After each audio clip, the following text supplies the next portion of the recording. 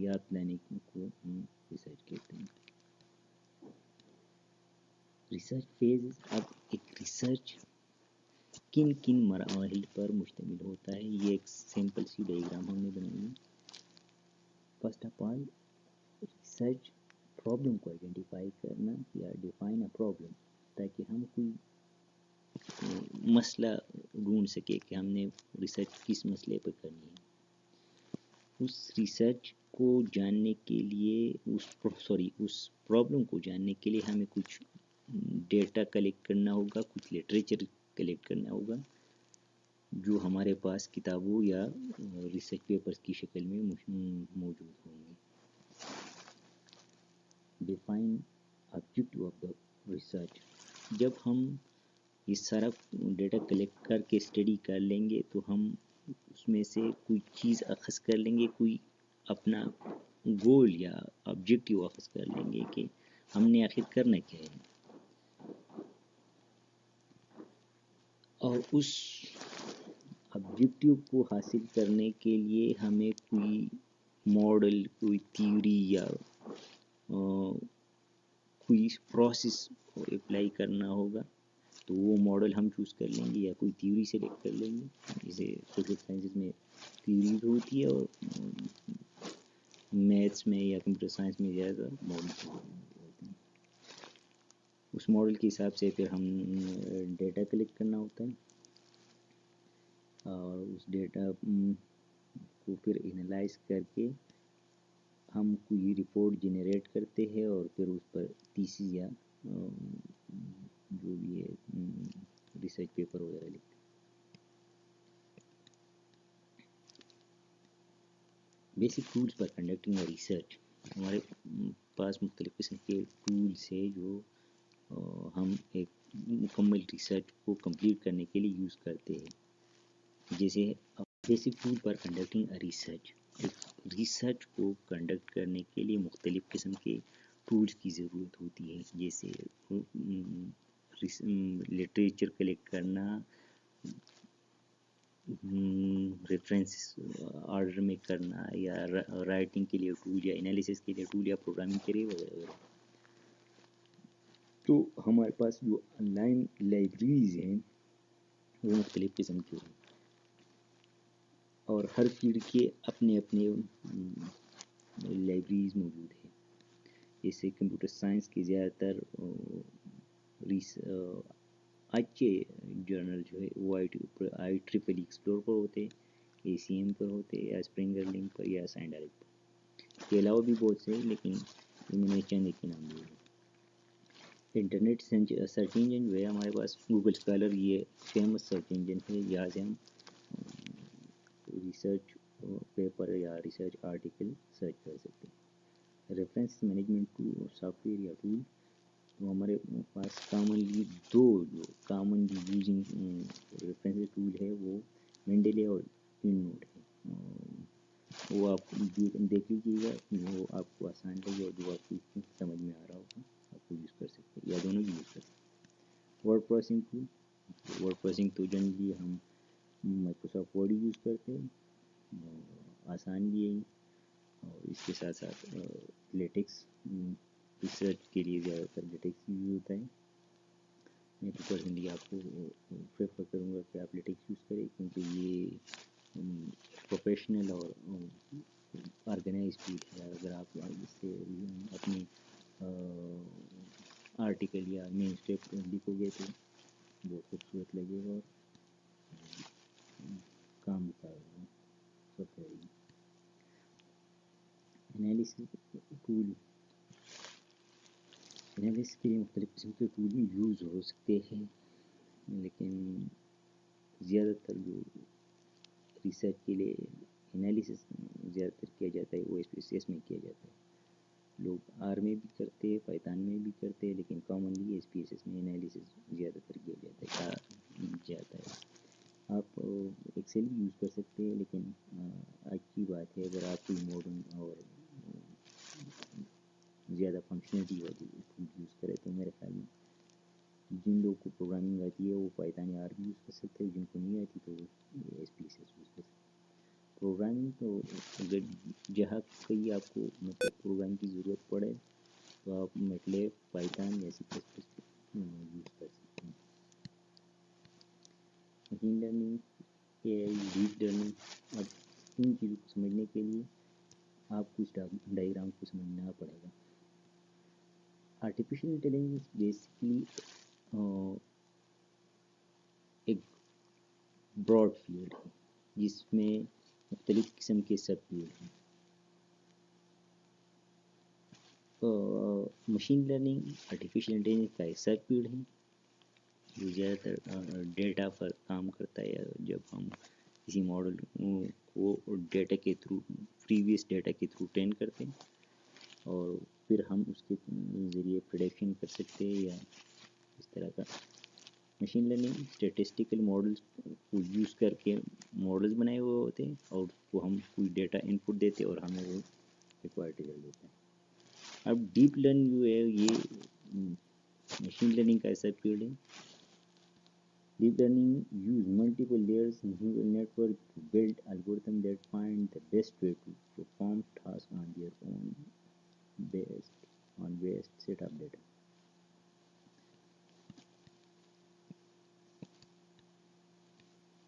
Image processing applications یہ کچھ areas ہے جس میں ہم امیج پروسیسنگ میں ریسرچ کر سکتے ہیں.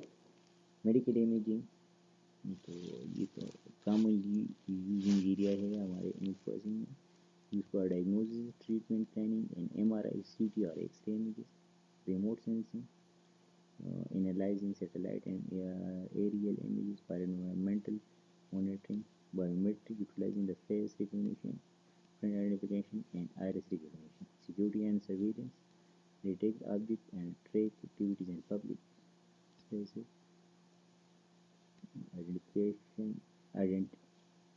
Industrial identification identifies fake. یہ ہمارے انٹروڈکشن ٹو ریسرچ کا تیسرا ویڈیو ہے. اس میں ہم جانیں گے کہ مشین لرننگ یا ڈیپ لرننگ ریسرچ کے فیزز کیسے ہے اور ایک پورا ریسرچ ہم کنڈکٹ کیسے کرتے ہیں. تو اس ڈائیگرام کو آپ سمجھنے کی کوشش کریے گا. فرسٹ آف آل ہم کوئی پرابلم آئیڈینٹیفائی کرتے ہیں. جیسے میں نے پہلی والی ویڈیو میں بتایا تھا کہ ہم جنرلی بھی کسی ریسرچ کو کنڈکٹ کرنے کے لیے پہلے ہم کوئی پرابلم آئیڈینٹیفائی کرتے ہیں.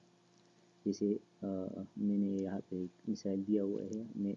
جیسے ہم امیج پروسیسنگ میں اگر ہم کوئی ریسرچ کرنا چاہیں فیس ڈیٹیکشن پہ، ویسے تو فیس ڈیٹیکشن پہ بہت کام ہوا ہے، لیکن فرض کرے اگر کوئی بندہ یہ چاہ رہا ہو کہ میں فیس ڈیٹیکشن ٹول یا ماڈل ٹرین کرنا چاہتا ہوں، تو پہلے وہ کیا کرے گا؟ پرابلم آئیڈینٹیفائی کر لیا اس نے، پھر ڈیٹا کلیکٹ کر لے گا. تو اس کے لیے بہت سے انسانوں کے چہروں کی تصویر امیجز چاہیے ہوں گی. بالفرض اس نے 20-40 یا 50,000 امیجز کلیکٹ کر لیے انسان کو. اس کے بعد ڈیٹا کلیننگ یا ڈیٹا پروسیسنگ پری پروسیسنگ کا اسٹیپ آئے گا. تو ڈیٹا پری پروسیسنگ میں ہمارے پاس ڈیٹا کلیننگ ہے، نارملائزیشن ہے، ایگمنٹیشن ہے، یہ سارا کچھ مختلف سٹیجز ہے ڈیٹا پری پروسیسنگ کے. کہ ہم ایک علیحدہ سے بھی ایک ویڈیو بنائیں گے. پھر ہم کوئی ماڈل سلیکٹ کر لیں گے فیس ڈیٹیکشن کے لیے یا کسی بھی آبجیکٹ کو ڈیٹیکٹ کرنے کے لیے. ہم CNN کے مختلف قسم کے الگورتھم یوز کر سکتے ہیں یا اور بھی بہت سے ڈیپ لرننگ الگورتھم ہیں جس کے تھرو ہم آبجیکٹ کو ڈیٹیکٹ کر سکتے ہیں. KSP ایک آبجیکٹ ہی ہے، تو پھر جیسے ہم CNN یوز کر سکتے ہیں، RCN فاسٹر RCN یا ماسٹر RCN وغیرہ ہم یوز کر سکتے ہیں. پھر ہم نے ڈیٹا کلین کر لیا، ہم نے ماڈل سلیکٹ کر لیا. اب اسی ماڈل کو ہم ٹرین کریں گے. اب ماڈل ٹرین کیسے ہوتا ہے تو اس پہ ہم ایک علیحدہ ویڈیو بنائیں گے کہ ہم پائتھن یا میٹلیب وغیرہ میں ایک ماڈل پورا ٹرین کیسے کرتے ہیں، تو اس پہ ہم علیحدہ ویڈیو بنائیں گے. پھر اس کے بعد آتا ہے ماڈل ٹیسٹنگ کا. تو ہم ماڈل ٹیسٹنگ یا ایویلویشن ہم اس لیے کرتے ہیں کہ ہم دیکھ سکیں کہ ہمارا ماڈل کتنا ایکوریٹ ہم رزلٹ جنریٹ کر رہا ہے. ایویلویشن ماڈل ایویلویشن اور ٹیسٹنگ تقریباً سیم ہی چیز ہے. تو ماڈل ایویلویشن میں ہمارے پاس ہوتا ہے کیا ہے کہ ہم مختلف قسم پیرامیٹر چیک کرتے ہیں ہمارے ٹرینڈ ماڈل پہ کہ کیا یہ ایویلویشن ہمارے پاس رزلٹ کے کیا جنریٹ کرے. اس میں ایکوریسی ہے, پریسیجن ہے, ریکال ہے, بہت سے بھی اور بھی پیرامیٹرز ہیں جس کے تھرو ہم ایویلویٹ کر سکتے ہیں کہ ہمارا ماڈل کتنا پریسائز ہے.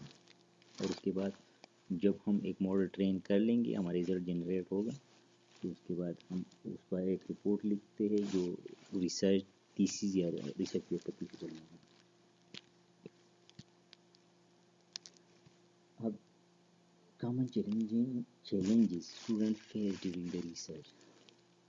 اب ایک اسٹوڈنٹ جو اسٹارٹ کے فیز ہوتے ہیں اسپیشلی ایم پی یا ماسٹر لیول پر ان کو کیا کیا مسئلے آ سکتے ہیں. From where to start. سب سے بڑا مسئلہ یہ ہے کہ اسٹوڈنٹ کو سمجھ نہیں آ رہا ہوتا کہ ہم شروع کہاں سے کریں.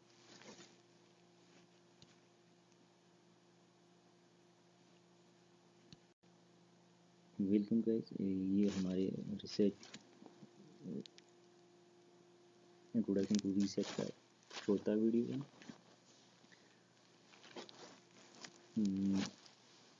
اس ویڈیو میں ہم کسی اسٹوڈنٹ کو آنے والے چیلنجز کے بارے میں بتائیں گے کہ کیا کیا مسئلے آ سکتے ہیں ایک اسٹوڈنٹ کو ڈیورنگ دا ریسرچ, اسپیشلی جب وہ شروع کے فیزز میں ہوتا ہے جیسے ایم پی ایل یا ماسٹر کے اسٹارٹ کے سیمسٹر میں ان کو سمجھ نہیں آ رہا ہوتا کہ وہ شروع کیسے کریں. تو یہ کچھ پوائنٹس ہم نے مینشن کیے کہ وہ اسٹوڈنٹ کو آسانی ہو کہ وہ کون کون سی غلطیاں کر لیتے اور ان کو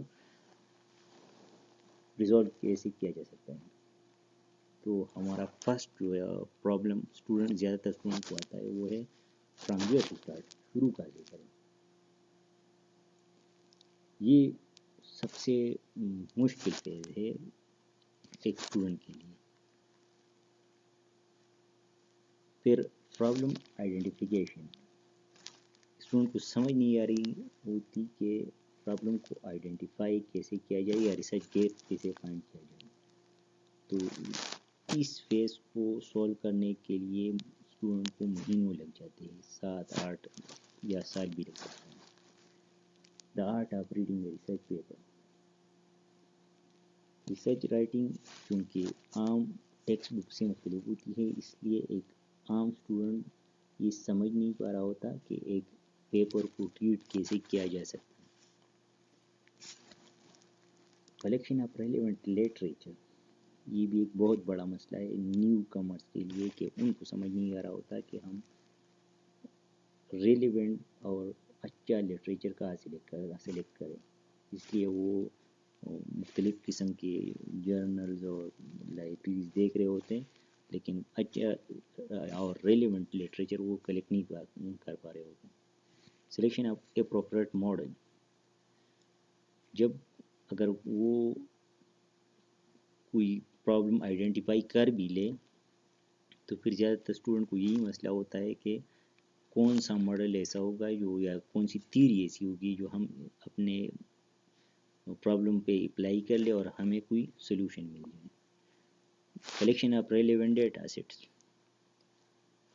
مشین لرننگ یا آرٹیفیشیل انٹیلیجنس کی اگر ہم بات کر لیں تو آرٹیفیشیل انٹیلیجنس یا مشین لرننگ کے پرابلم کو سولو کرنے کے لیے ہمیں ایک ڈیٹا سیٹ کی ضرورت ہوتی ہے اور زیادہ تر اسٹوڈنٹ کو یہی مسئلہ پیش آ رہا ہوتا ہے کہ وہ ان کو سمجھ نہیں آ رہی ہوتی کہ ہم ڈیٹا سیٹ اگر جنریٹ کرنا چاہے تو کیسے جنریٹ کیا جا سکتا ہے اور اگر ہم کہیں سے اویلیبل ڈیٹا سیٹ اٹھانا چاہے تو وہ کیسے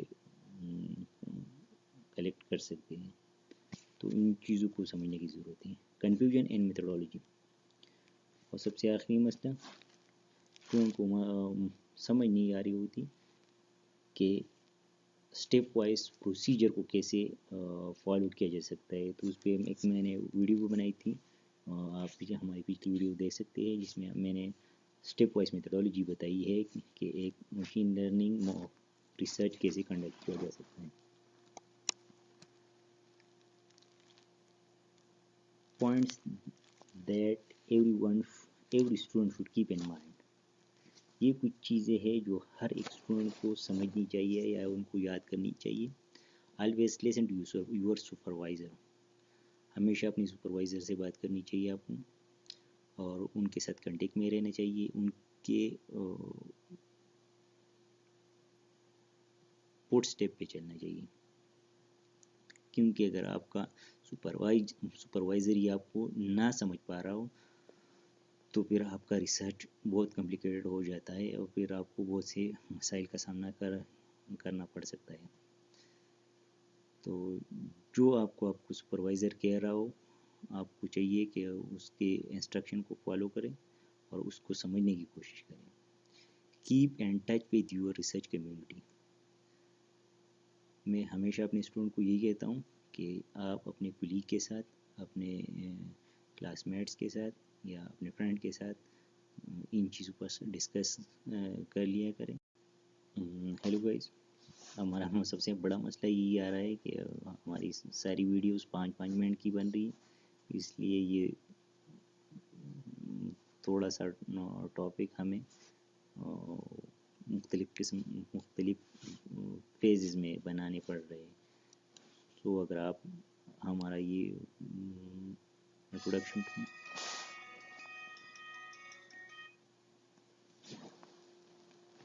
اگر آپ ہمارا یہ ٹیوٹوریل کنٹینیو دیکھ رہے ہیں تو آپ کو سمجھ آ رہی ہوگی کہ ہم کیا پڑھانے کی کوشش کر رہے ہیں.